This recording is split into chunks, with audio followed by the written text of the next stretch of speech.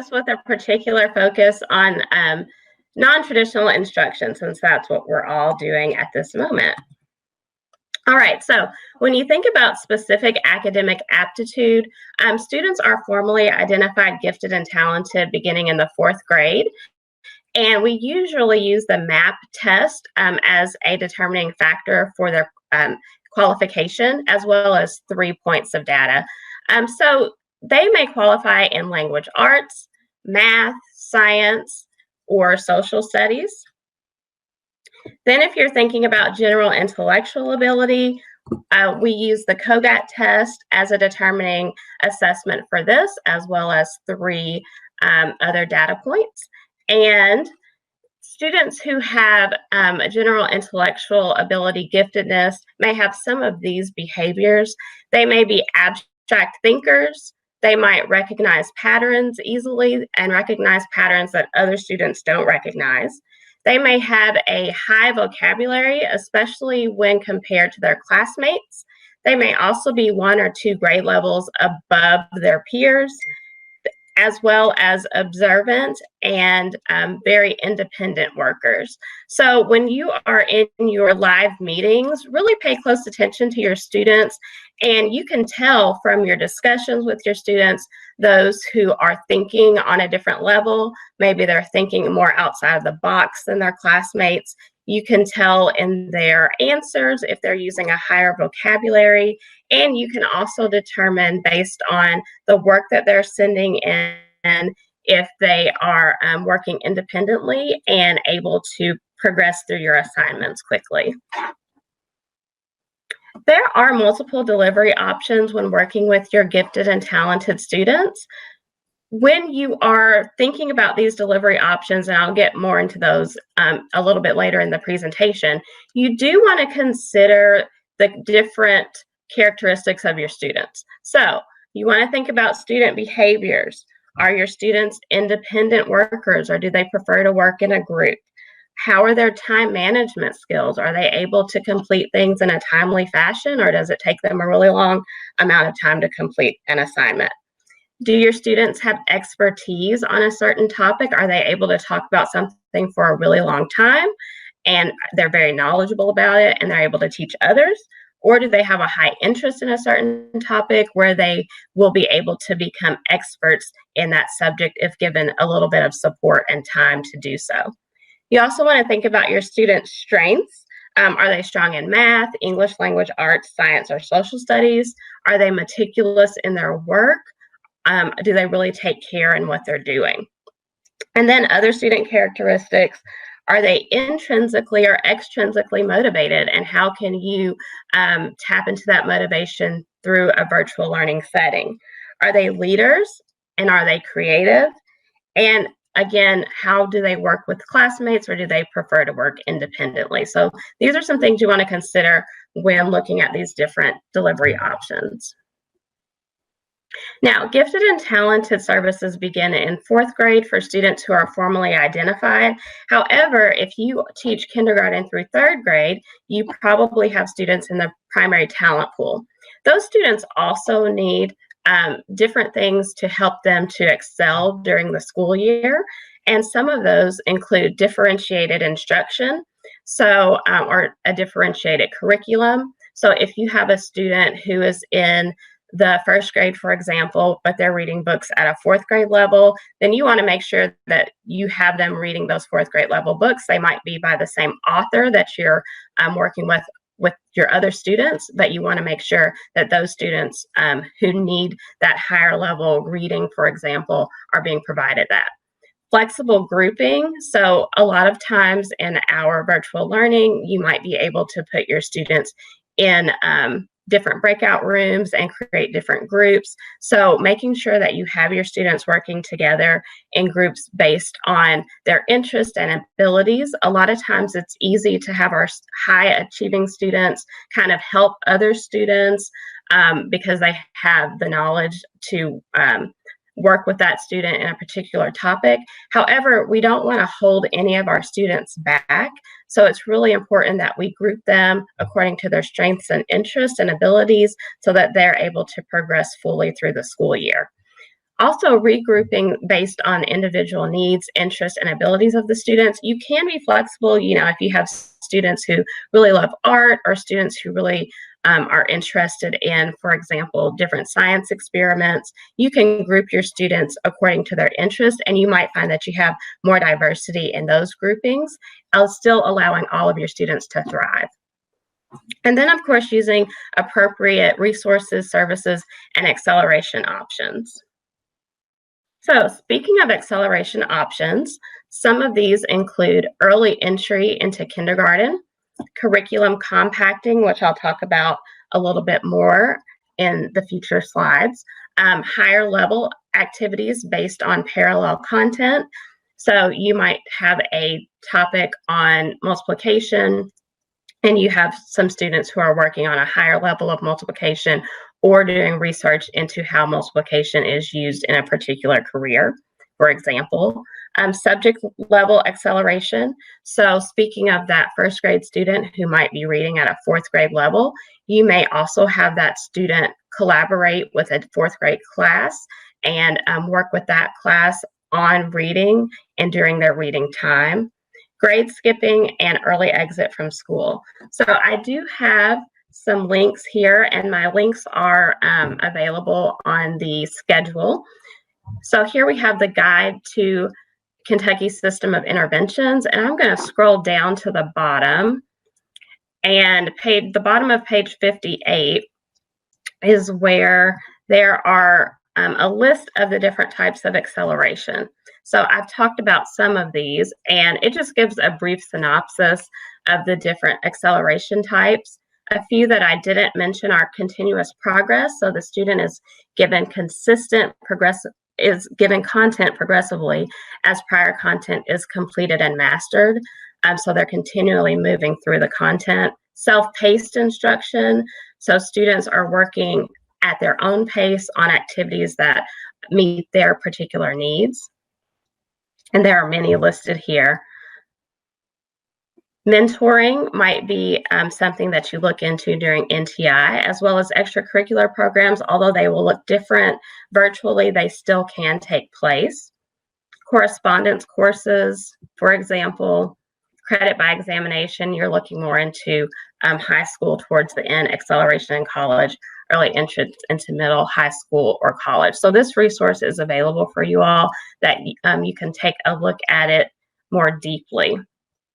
And then I also have a link here to the Acceleration Institute. This might be a good resource for your families and for parents. They have some wonderful information for parents and educators regarding acceleration. So and there's lots of resources here and links that you may be interested in terms of meeting the needs of your students. So this is a wonderful resource as well. Curriculum compacting. When you're thinking about curriculum compacting, it's probably something you've done and maybe didn't realize that it was curriculum compacting. So when you compact the curriculum, you start with a pretest, and your pretest allows you to determine your student's level of mastery. Once you've determined their level of mastery, you meet with that student and conduct an interview of sorts so that you all come up with a plan for learning. Once that plan is made, then the student can work on alternative options during the class sessions while their classmates are learning that core curriculum. They might be learning additional material that will deepen their understanding. So, for example, you might have a student in the fourth grade and the subject area might be math. So this student has mastered 2-digit by 2-digit multiplication, and they have also mastered division with 2- and 3-digit dividends and dividers. So they're ready to work on something else. And you have already realized this through your pre-test of the student. So if you do curriculum compacting, that student might be working on probability and statistics, for example.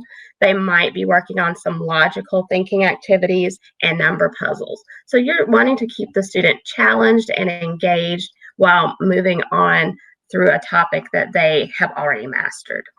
There's a link here for curriculum compacting resources. I tried to provide you all with lots of links for different resources so that you didn't have to go searching for those on your own. But there are different templates for curriculum compacting materials as well as examples. And you all can look at those at your own leisure as well. All right, collaborative teaching and consultation services. Through NTI, it is possible to collaborate with fellow teachers. I did mention that example of the first grade high reader going into a fourth grade class. You could also collaborate with teachers on lesson planning as well as instruction techniques. You might also want to talk with your school counselor about coming in and working with students, especially with social emotional needs during NTI. And we'll talk a little bit about some of those needs that are particular to gifted learners. You might have a gifted and talented itinerant teacher in your building who is able to come around and provide services for the students virtually, and they might meet with groups 1 day per week through a virtual platform. However, if you don't have a gifted and talented itinerant teacher in your building, you might want to contact a colleague who has an endorsement in gifted and talented education or is working on one. They definitely will have lots of ideas and strategies that can help you work with these students. And thinking about your professional learning community, when you meet with your team, talk about those students who have already been formally identified gifted and talented and how you can better serve them. They might even need to work together in their own group, maybe 3 classes meeting together in a separate session or working on a collaborative project together, and also thinking about your primary talent pool students and how you can best meet their needs. So talking with other teachers is a wonderful resource as well. Special counseling services. I mentioned a few of the socio-emotional needs of our gifted and talented students. So here are some more characteristics of gifted children. You might notice that these children advance through developmental milestones. They might have intense reactions to noise, pain, or frustration. They might be particularly sensitive and or compassionate. And one thing that is very common is perfectionism. So it's important that we let our students know that it's okay if they don't know something the first time, or if they're not an expert in a topic when it's first presented to them. And it's also important for them to realize that everyone makes mistakes and that we can learn from our mistakes and move forward. So I have a few links here, well, a couple of links here, discussing social emotional needs. And this website has lots of articles focused on gifted learners' social emotional needs. And one thing that I really like here is, if I scroll down a little bit, when they don't fit the stereotype. So it says our stereotype of the gifted child is often wildly inaccurate, leading to misidentification or overlooking gifted kids who don't fit our preconceptions. And they give an example of Calvin from Calvin and Hobbes and how he was the unexpected gifted kid. So that's really worth your reading, because there are students who don't fit that idealized gifted box. They might not be your student who finishes all of the assignments. They might not be the student who sits quietly and raises their hand and waits to answer each question. They might be students who don't complete their work. Maybe they're disengaged because they already know the material and they don't want to do something that they already know. They might be students who act out because of boredom or loss of interest in a topic. So it's really important that we look at their strengths and make sure that we don't allow negative, what we might perceive as negative behaviors, to mask their true giftedness. So that this article talks a little bit about that, and this website has lots of great materials. It also has some good materials for parents as well as teachers in terms of resources for meeting your students' social emotional needs. And then I also have here the supporting emotional needs of the gifted. And what I liked on this page are the webinars that they provide. So they have one that's upcoming, and it says, Now What, Now Where, when your 2E child needs help away from home. Now, if you're not familiar with the term 2E, it stands for twice exceptional, and you may have students who are gifted and talented, and they qualify as that twice exceptional child. These students are gifted, but they might also have an IEP or another physical or mental difference. So this site has great resources for families and teachers, especially during our non-traditional instruction time. Differentiated instruction. So we all do our best to differentiate instruction for all of our students, and it is particularly important to make sure that we're differentiating instruction to meet our gifted learners. So you want to think about students' needs, students' interests, their abilities, and you want to make sure that students are setting goals and making time to achieve their goals. Differentiated instruction can also be looked at through the Institutes on Academic Diversity. There are some wonderful videos here that are very short, and these are more professional development videos for teachers. So you have here some experts, and they give short video clips about instructional strategies, for example, differentiating at the elementary level, for example, very short video clips that might help you in thinking about differentiating and including that in your NTI lessons. Also, the Kentucky Department of Education has some information on differentiation. And if you look at this as well, to the right, we have some resources for gifted and talented, which are available if you were unaware that that was there.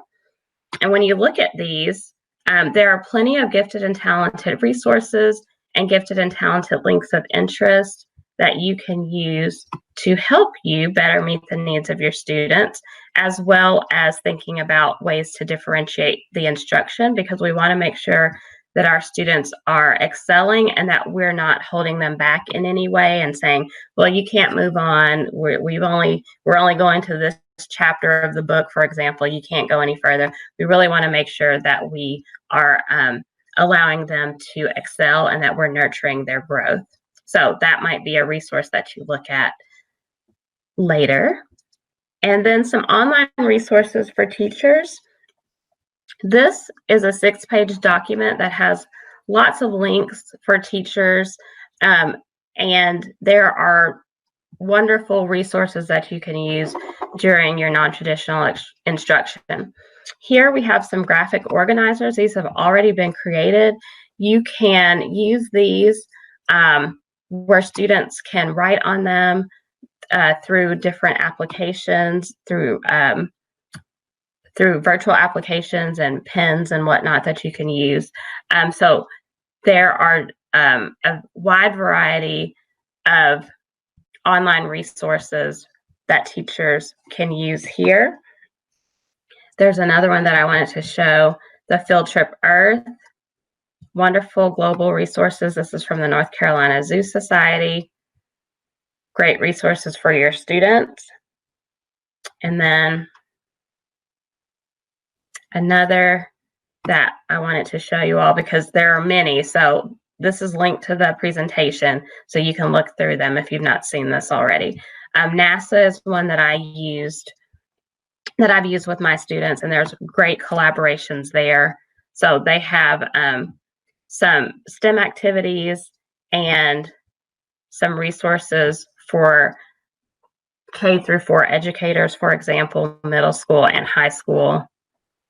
This is a really great resource to use during non-traditional instruction as well. Okay, so differentiated study experiences. You can use choice boards during non-traditional instruction, and actually there is going to be a presentation coming up about the gifted and talented choice boards. So those provide wonderful um, engagement and enrichment activities for students. Also learning stations, and if you have students in a virtual meeting, you can have different breakout rooms that have different activities in each room, just like your student would transition from a station to another station in your classroom. And you could have the students in there for a few minutes. You can travel through those rooms virtually and then have your students move on to another room, maybe in 15 or 20 minutes. So learning stations can definitely take place during NTI.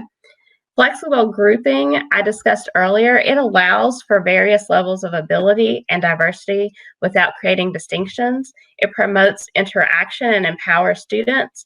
It promotes student-driven instruction, and it promotes the use of multiple intelligences. So that's when you have students working together on a common interest, for example, art or science experiments that I mentioned previously. There is a link here for a differentiation lesson. It's a video clip if you want to watch that. I'm not going to click on it right now due to our time, but it is there if you want to see an example of differentiation. Now, distance learning, I'm not going to elaborate on this slide because we're all currently engaged in distance learning. However, once we return to traditional instruction, if you have families who are interested in pursuing distance learning, these are some resources that you can share with them. And there also could be a way for students within your classroom to engage in distance learning through a center type of activity where they work independently in the room. More distance learning, internet resources like I've just shared with you. Television broadcasts are great, especially PBS, KET. Correspondence courses are readily available where students might be collaborating through a college or university and working on different assignments. And then other technology to access courses and resources that aren't available within the school. Thinking about the public library, when available, and using those resources can definitely be beneficial for students. Advanced placement and honors courses, these are thinking more about your high school students. So we have here the College Board, the International Baccalaureate, and then we're all familiar with Khan Academy, which doesn't just pertain to high school. This can start at the elementary level with a particular focus on mathematics. This says in-school enrichment, so this is what we usually think about if we were in the traditional brick and mortar classrooms. However, these enrichment activities can take place during NTI. Your clubs and organizations, your student council, you could create a Google form where students sign up to partake in student council. There could be a meeting, a virtual meeting where student council nominees present their speeches, and then another form where students go in and vote for their representatives. Robotics, that might be a bit challenging, but you might be able to find some simple robotic techniques to teach your students through virtual learning. Chess team could easily take place through NTI. Art club could as well, and even debate team. It's just thinking about these in a slightly different way, but they're all possible if you have students who are interested. We don't want to overwhelm our students, but if we have students who are interested, it's definitely possible. Makerspace, you could have students use materials from their homes to create some makerspace products. And then you have presentation opportunities, performance opportunities, Genius Hour, and choice boards. And I'm going to show you some student samples of presentation and performance opportunities in just a minute. Independent studies are also a great resource to use. However, you need to think about if you give one of your students an independent study, you need to make sure that that student is self-directed, motivated, and self-reliant. These don't work for all students. However, they work well for those who can set a goal for themselves and accomplish their goal. Mentorships, you might collaborate with different businesses or even upper grade level students to be mentors and to have some time where the kids can get together to talk a little bit, or where different corporations can provide maybe a video clip for job shadowing and different things of that nature. Also, resource services. I mentioned the gifted and talented itinerant teacher. If you don't have one, you can collaborate with other colleagues, but this person teaches an approved curriculum, monitors, evaluates, and communicates student progress, and guides the learning process toward the achievement of curriculum goals. Seminars, there are lots of colleges and universities and other businesses that might be willing to come into your meetings to provide some seminars for your students. And then travel study options, we're not doing that right now. However, I did want to show you that WKU has some travel abroad options, and then this is just one website of many where students can find information on study abroad. WKU is also having Super Saturdays virtually that your students might be interested in. There is a fee, but these are all virtual, and it's a wonderful resource for students. So the link is there. So I wanted to show you a few student examples, and these have been done during NTI 2.0. The assignment that I gave my students was to create an all about me in a very creative way. So I had one student who wanted to do a mosaic. So this is her all about me. She asked me if she could do a mosaic, and I told her sure. This is a second grade student, and she implemented all of these pictures in the form of a lion. So one way that she was very creative using NTI. And then we have the scratch presentation from one of my students who used a coding form to make his all about me. So another very creative way to do that.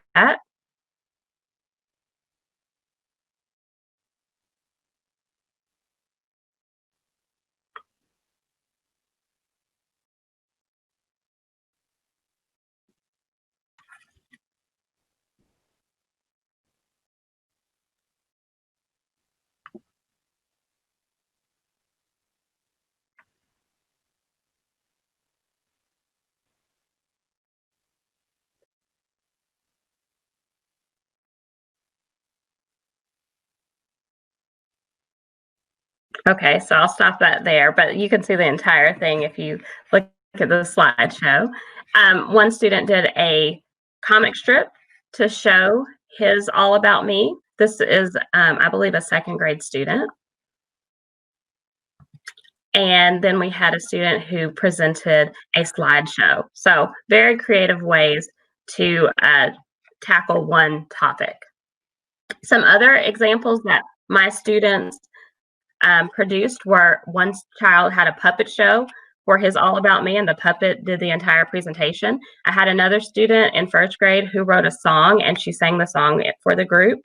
I had a few students who had their parents interview them, and they filmed it and played that. I had other students who created movies that showed different things that they like to do.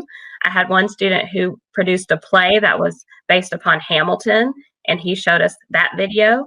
I had students do acrostic poems and other poems, slideshows, and timelines. So you can give one example, and students really take that example to the next level when you allow them to really be creative with it.